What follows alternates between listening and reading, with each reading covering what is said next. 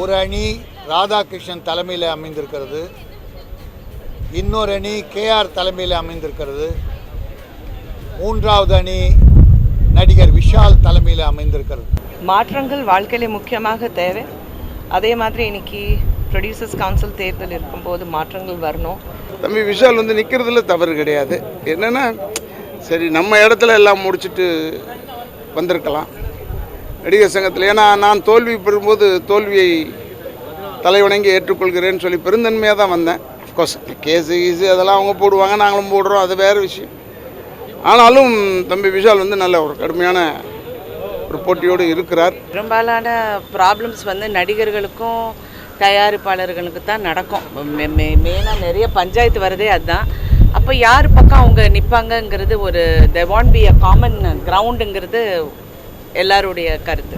இது என்ன தமிழ்நாடுக்கு ஏதாவது வேற எலெக்ஷன் நடக்குதா இல்லை திரைப்பட துறைக்கு தேர்தல் நடக்குதான்னு தெரியல. இவ்வளவு பேர் போட்டி போட்டு நிற்கிறாங்களே, போட்டி போட்டு பதவிக்கு போட்டி போட்டு வரக்கூடாது, உதவிக்கு போட்டி போட்டு வரணும். பதவி இருக்குதோ இல்லையோ, திரைப்பட தயாரிப்பாளர்கள் ஒரு படம் ரிலீஸ் ஆகுதுன்னா இன்றைக்கி ராத்திரி என்ன கண்ணீர் விட வேண்டியிருக்கு, எவ்வளோ கஷ்டப்பட வேண்டியிருக்கு.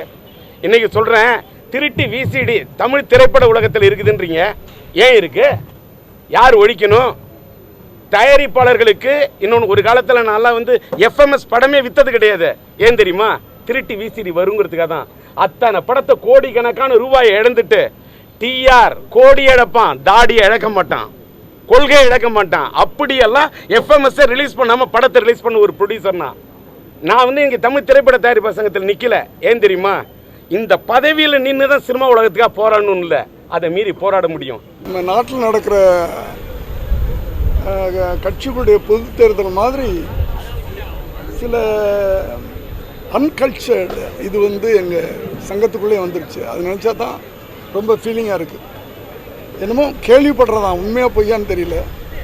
தங்கம் கொடுக்குறாங்க, வெள்ளி கொடுக்குறாங்க, பணமாக கொடுக்குறாங்க. இதெல்லாம் வந்து இந்த அரசியல்வாதிங்க எங்களுக்கு கற்றுக் கொடுத்துட்டாங்களா இல்லையான்னு எங்களுக்கு தெரியல. ரொம்ப அநாகரிகமாக ஒரு சங்கம்னா எப்படி தேர்தல் நடக்கணும் அதை நினச்சா தான் ஃபீலிங்காக இருக்கே தவிர மற்றபடி எலெக்ஷன் வந்து ரொம்ப டீசெண்டாக நடக்குது. எனக்கு அது பயங்கரமாக இருக்குது, புது எக்ஸ்பீரியன்ஸாக இருக்குது. என்னென்னா இது வரைக்கும் ஒரு தயாரிப்பாளர் சங்கம் தேர்தல் அப்படின்னா ரொம்ப அமைதியாக ஒரு சிம்பிளாக ஒரு கட்ட நியூஸாக தான் இது வரைக்கும் இருந்தது. பார்த்தா இன்றைக்கி வந்து பயங்கர பரபரப்பாக ஆயிடுச்சு. அதுக்கு காரணம் விஷால் அணி அப்படிங்கிற ஒரு இது உள்ளே வந்த உடனே. ஏன்னா நடிகர் சங்கத்துக்கு அப்புறம் அவர் உள்ளே வந்திருக்காரு. நானும் விஷால் சார் அணியில் ஒரு ஈசி மெம்பரில் நின்றுருக்கேன்.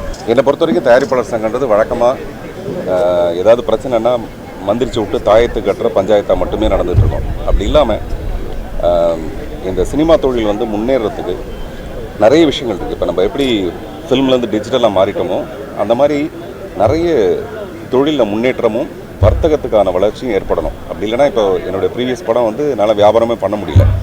ஸோ அப்படி இருக்கும்போது சினிமான்ற ஒரு விஷயம் வந்து நஞ்சு போயிடும், வீணாக போயிடும். அதனால் இப்போ ஒரு கார்ப்பரேட் கம்பெனி மாதிரி விஷாலுடைய தலைமையில் இந்த ஒரு அமைப்பு ஏற்பட போகுது.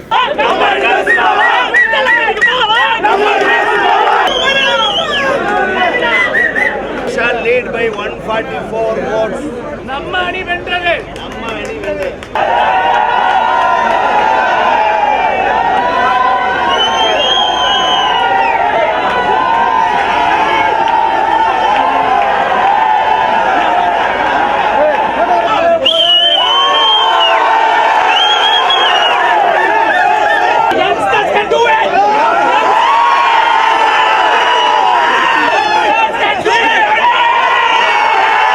எல்லோருக்கும் வணக்கம்.